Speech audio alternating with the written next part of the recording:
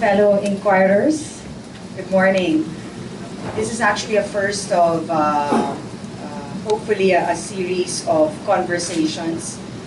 We at the Inquirer thought that there are many topics that are covered by our articles and our columnists, and our columns rather, and a deeper conversation or look into these topics are very important.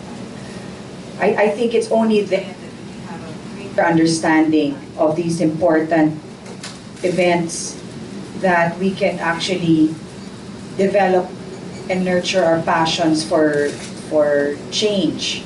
And only with a greater understanding can this passion turn into a commitment, and only then can our commitment turn into action. And that's really what our ultimate mission is to be able to be a catalyst for social progress and change.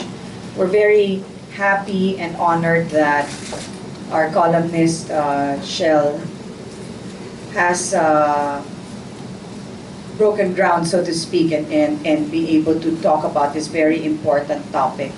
What we saw today was we wrote about this actually 7 years ago. And it was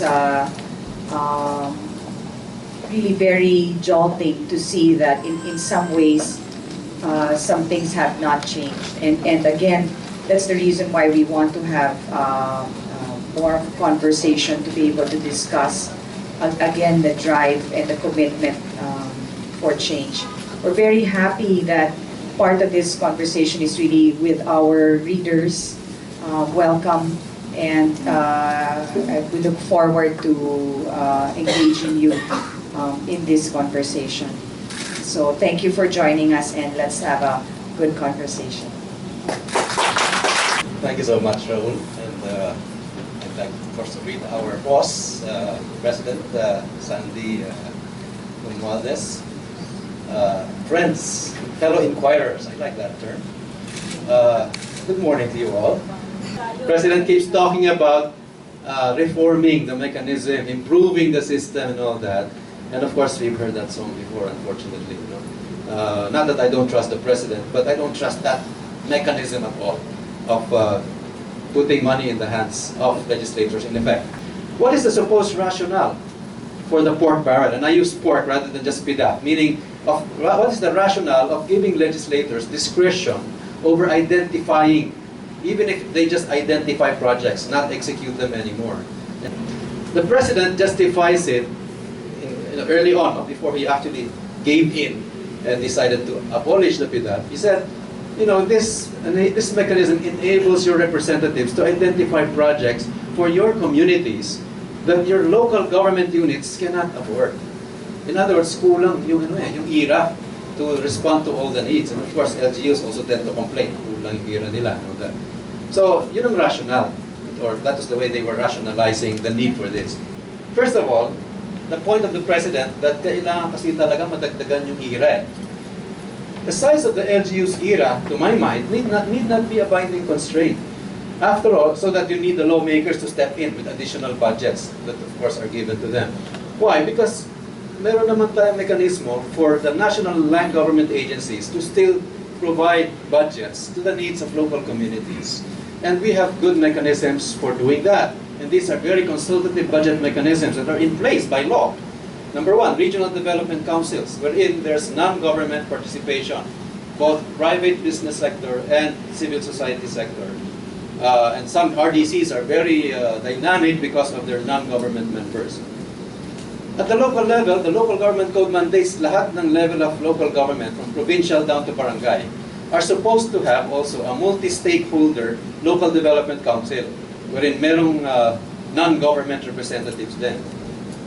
Okay, so those are existing mechanisms in law that should theoretically provide a mechanism for responding to the needs of communities without having to ask a particular legislator to play God as if he was in the best position to know what is the need in the local community. You don't need legislators meddling with budgeting at the micro level, or even the meso or or sectoral level. The true rationale for the PDAP, and let's all face it, I think we all realize that, PDAP or any of its past and future variants, meaning the pork barrel in whatever form it comes, is really a political rationale rather than a developmental one. Do we have to bribe our lawmakers to support good policies, to support good laws? Why don't we then just use what was successfully used by President Ramos during the 1990s? This is the LEDA, the Legislative Executive Development Advisory Council. Let me tell you a little bit about the law, which was created in 1992, in this idea of having a forum wherein the executive and legislative can sit together and coordinate on the legislative agenda, a common legislative agenda between the executive and the legislature. It works so well. There's a very close coordination. By the way, you also had the minority floor leaders as part of that executive committee before the full meeting of the LEDAC itself. So, but the opposition, kasama sa usapan. FBR was proud to have been able to have Congress, the 9th and 10th Congresses, which was the Congress under him, passed a total of 229 major laws. That was how he was able to effect good policy making, by effecting a good coordination with Congress through the LEDA. What would life without pork be? Well, I would say that the dream world that I would like to see, where there's no pork, in whatever form, PDAP or whatever you can call it, is one wherein the legislators will just focus on lawmaking, which is what they were elected to do. Candidates will therefore not invest huge sums just to get elected. Kasi parang yun yung ulterior motive for getting elected. I would like to see a world wherein local executives are recognized for convening and using their local development councils effectively. And those who don't are sanctioned.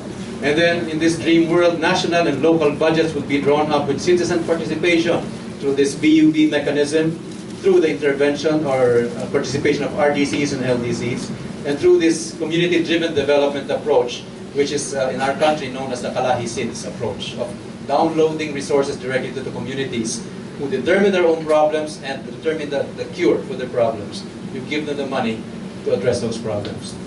And finally, I would love to see the line agencies being truly responsive to the basic needs of communities. Sila na yung tutungo sa scholarship, sa medical needs, kabao, whatever else mga hinihingi sa mga politiko. So that you don't need to have people lining up in the office of the politician.